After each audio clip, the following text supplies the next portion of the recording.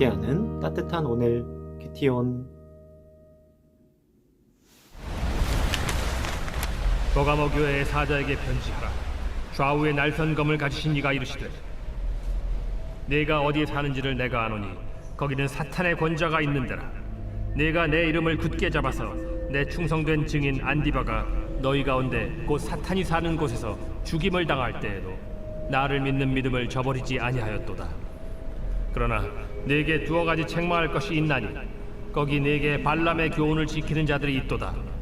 발람이 발락을 가르쳐 이스라엘 자손 앞에 걸림돌을 놓아 우상의 제물을 먹게 하였고 또 행음하게 하였느니라. 이와 같이 네게도 니골라 당의 교훈을 지키는 자들이 있도다. 그러므로 회개하라.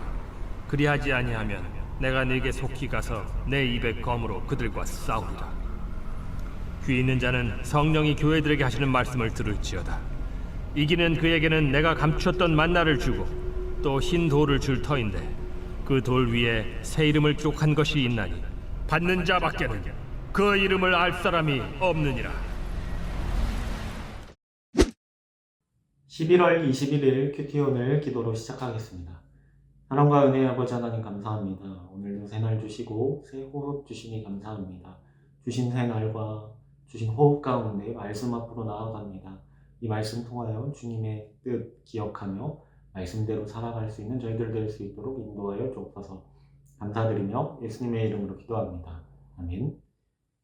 오늘 본문은 요한계시록 2장 12절부터 17절까지의 말씀입니다. 버가모는 지금의 페르가몬이라는 도시입니다. 이즈미르에서 북쪽으로 약 2시간 거리에 있는 도시입니다. 로마 시대를 거쳐서 비잔티움 시대에 이르기까지 산업과 무역, 문화와 의학의 도시로 번영했던 곳입니다.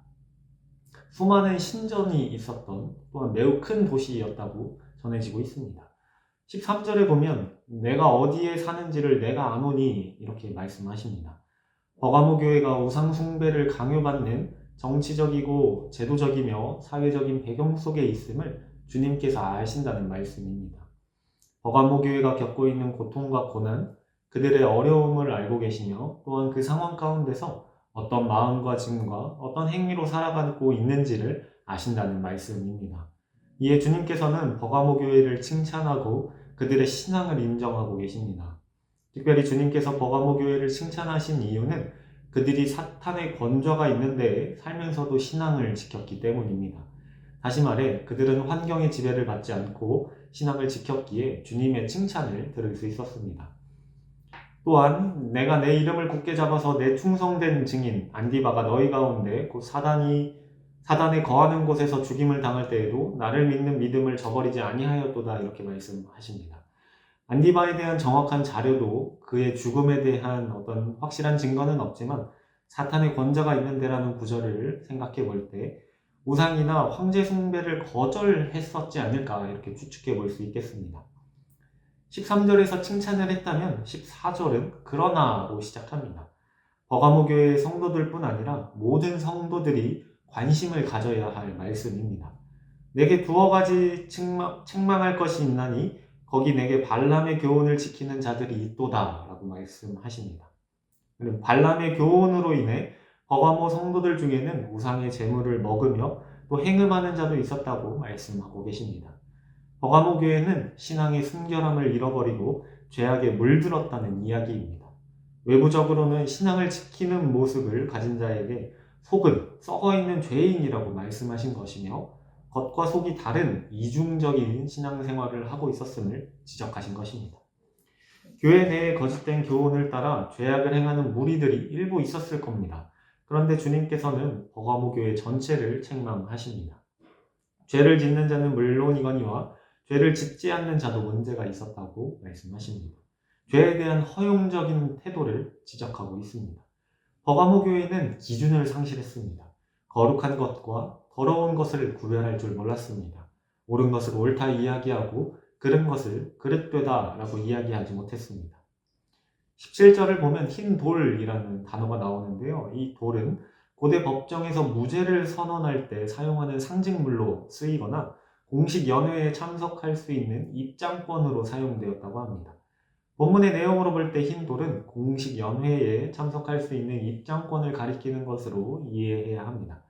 진리를 지키며 순결한 신앙과 거룩한 생활 태도를 실천하는 자에게 주님께서 흰돌, 곧 천상에서 벌어질 공식 연회에 참석할 초대권, 초대장을 주셨다는 이야기입니다. 달리 말해 천국 구원을 허락해 주시겠다는 약속이죠. 이렇게 볼 때 성도가 이 땅에서 주님을 따라 사는 것은 비록 엄청난 고통이 뒤따른다 할지라도 영광스러운 미래를 생각해 본다면 오는 모든 고난을 즐겁고 기쁜 마음으로 감내할 수 있을 겁니다.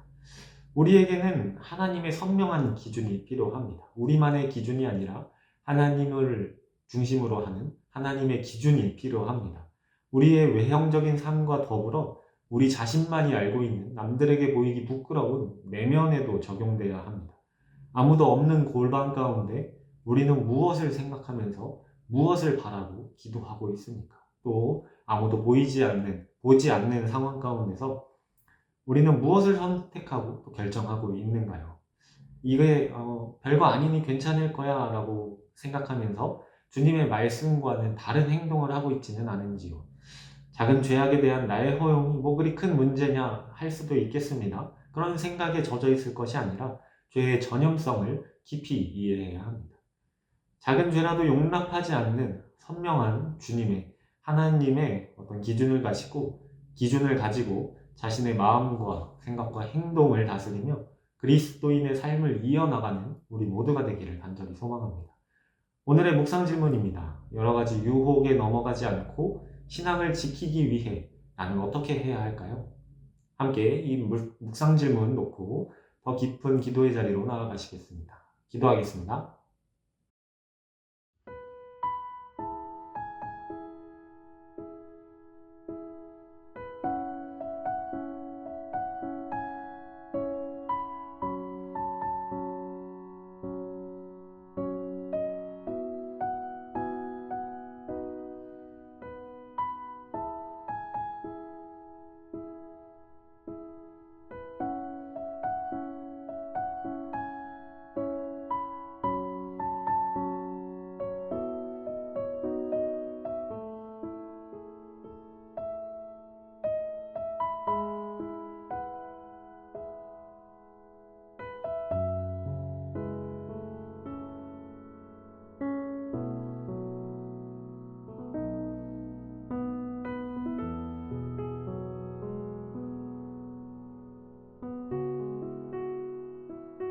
하나님, 세상을 살다 보면 사회로부터, 환경으로부터 참 많은 영향을 주고받습니다.